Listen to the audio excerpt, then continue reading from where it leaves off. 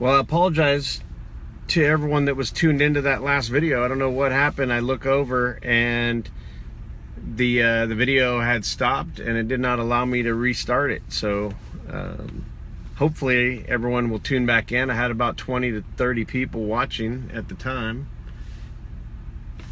That's too bad. I apologize once again. I'm not gonna repeat all of the content. Hopefully I can go back and that video can be reposted if it didn't post already. But that's the way technology works, right? I guess once in a while they just need to cut you off and give you the hook. So as I'm sitting here looking at the screen, I noticed that nobody has joined back in, so I'm not sure what happened. But my apologies to each of you for having a two-part video. Those of you that tuned in, hopefully some of what I mentioned resonated. Really the points are this: riders, every driver should first of all have the rider app. Okay, refer yourself when you do that, so that now you have minimum one referral. Get one person to download the rider app. That person can be a friend or family member, whoever, your neighbor, doesn't matter. Now you got two. Now turn around when you're on your next rideshare trip and talk to the person in your back seat about UZURV.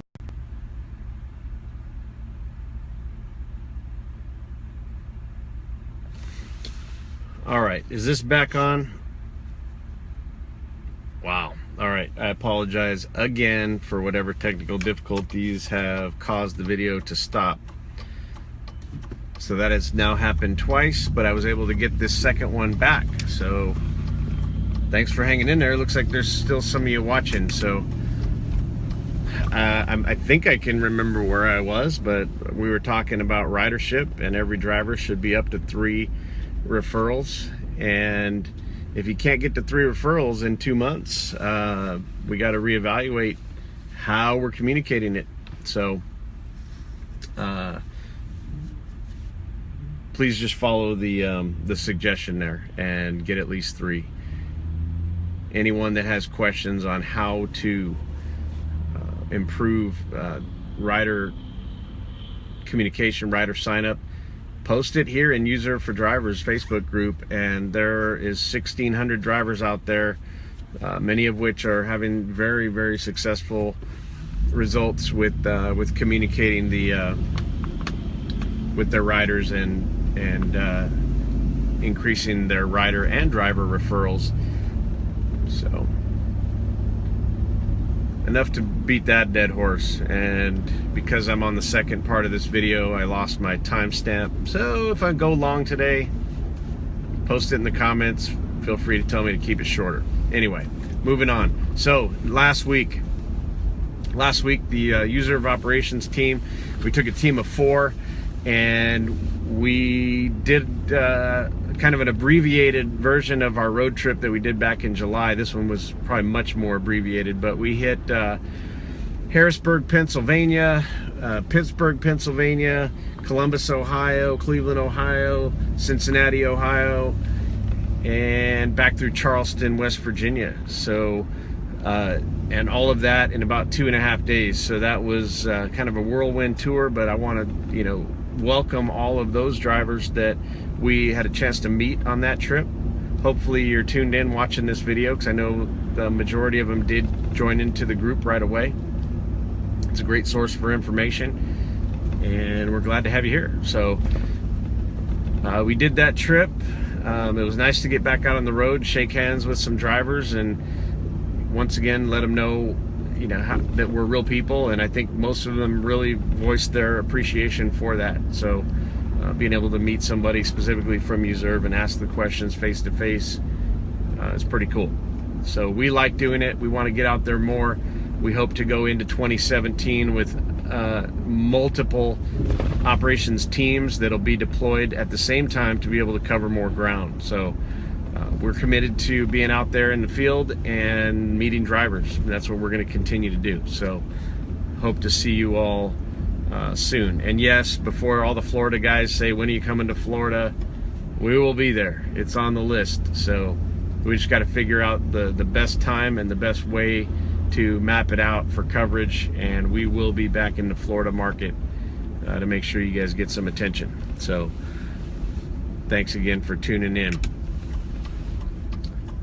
With relation to driver payout and addresses, make sure that you've submitted the address link, and I know that most of you have, because the number of payments for checks has gone down. And for example, when you have one like this, I won't show you the name on there, but we had one, the address came in incorrectly and we put the incorrect address on it, so it finally got returned to the office and we corrected it, and we're snail mailing it back on out to the driver. So apologize for any delays like that, but we are getting the payments out. Just remember the responsibility on the driver to submit your address to the link first.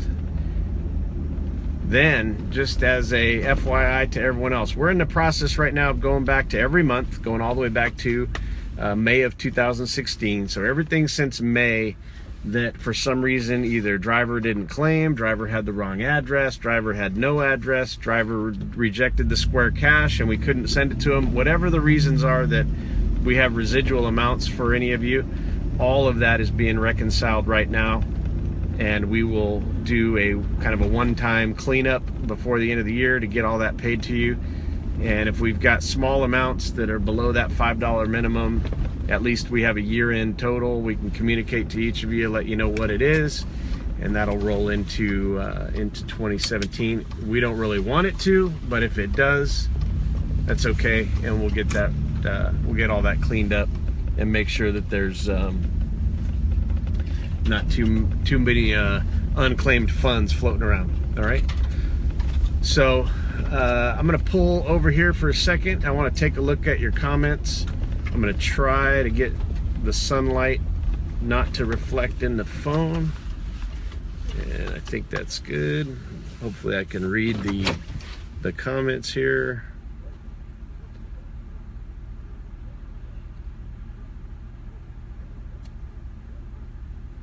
All right, and thanks for all of you jumping back over to view the second part of the video. I'm gonna have to go back and take a look and see if the first one even posted or not, and then fix the comments and whatnot. So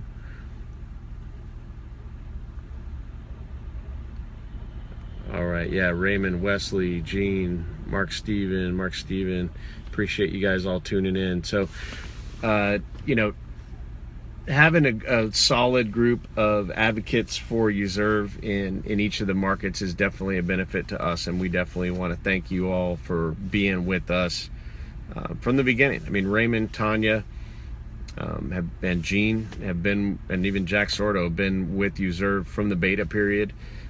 I know we've had some bumps in the road in all of those markets that they're in, but you know, Raymond and Tanya, based on the comments that I've been getting from you guys the last few days, your market is rocking finally. And that just goes to show, you know, we've told drivers it's going to take about 2 years to get them really rocking and rolling. Richmond is off the charts, which we expect.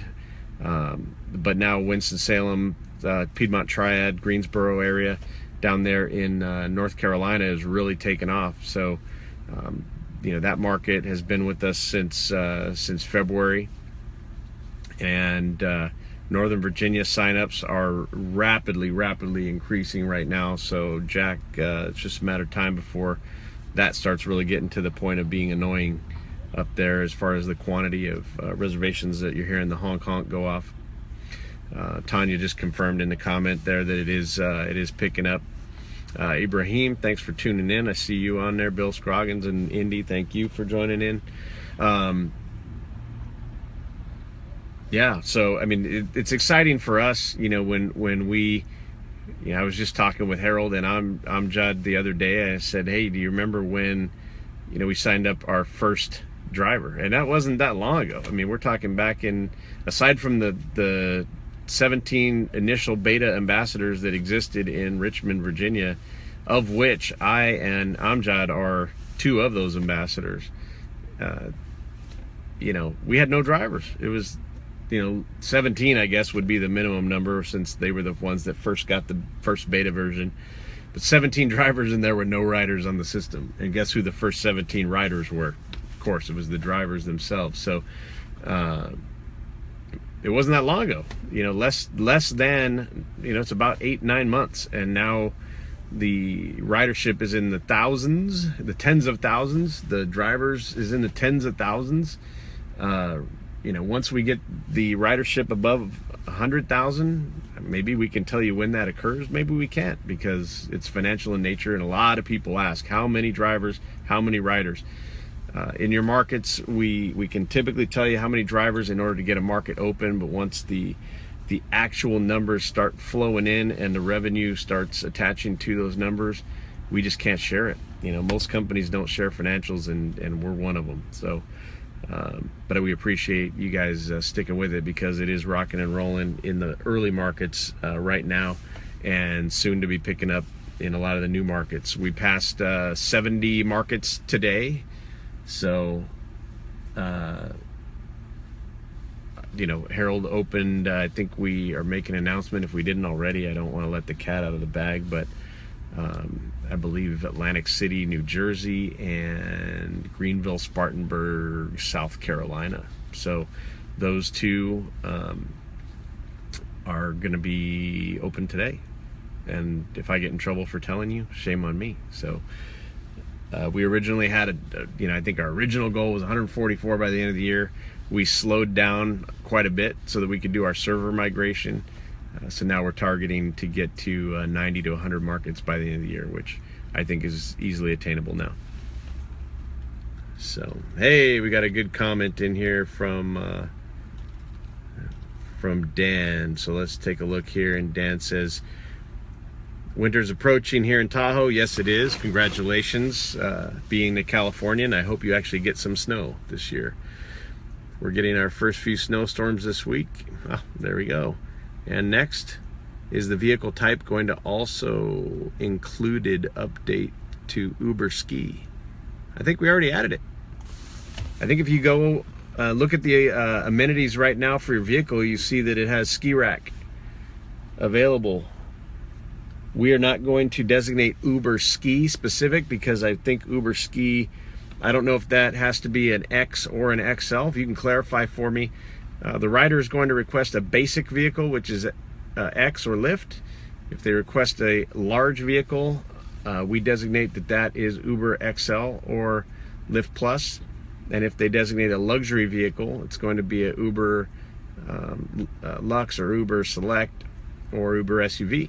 So we don't dictate the exact platform, because ours don't match up with exactly what Uber and Lyft call theirs. So if Uber Ski is an XL product, then it would be a Uber Large with the ski rack as the amenity. So you can do that today in your driver profile, in your vehicle profile. So if you or I'm sorry, in your driver profile, in your amenities. So if you have questions specific to that, feel free to reach out in the comments below. I can add more to it, but hopefully that explains it. William Bill says, how is the request posted to our phones? It sometimes seems like I get it after other people do in this market. Is it broadcast to all at the same time? Yeah, so we've had that question a lot with the iOS team and the Android team, is that how come if I've got two phones, I hear it on one first and then on the other one, like, you know, a split second later. It is broadcast at exactly the same time in the app itself, in the software that's hosted by whoever our back-end server is.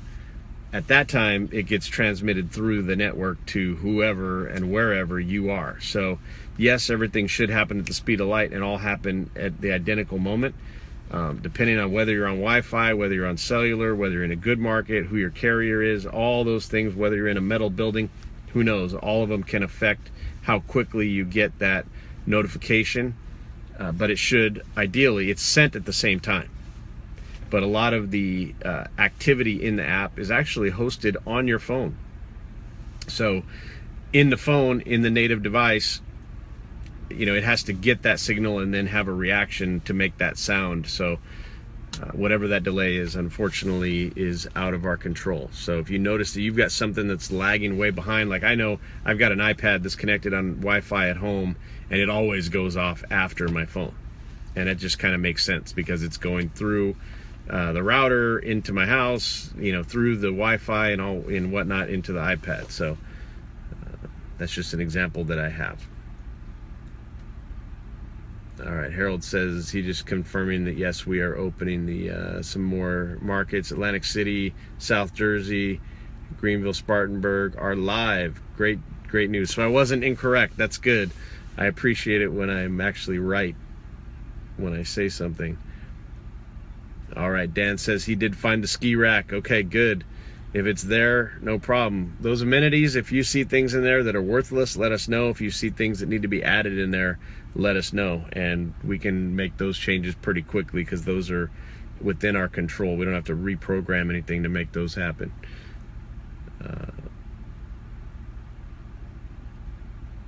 David Lowell says he had a request this week to see the vehicle rather than the driver's face. Yeah, the nice thing is it's already there. Perfect suggestion. If your rider wants to see the vehicle instead of the driver's face, all they have to do is open up that particular driver, and there's the vehicle with the bio and the amenities. So the easy answer for them would be no, we're not going to change it. It will be the driver's face. And then if they want to see the vehicle, they can see the vehicle. They've already requested the vehicle type when they issued the request. So if they're just browsing drivers, this is about drivers. So yes, it does include vehicles, but this is your reservation with your driver. All right, we're gonna finally cut this video off. I appreciate you guys bearing with me with the tech issues. We did drop the first half of the video. Like I said, I hope I can recover it and get it back up there. Post the questions, comments in the group. We'll share the answers. If you think this is worthwhile, please give me some thumbs up and let me know. If it's not worthwhile, we can do it less often. We've also got Chris doing his version on Thursdays. If it's too much, let us know. We'll cut it back. And sorry to go slow, but hey, here's 2 more questions.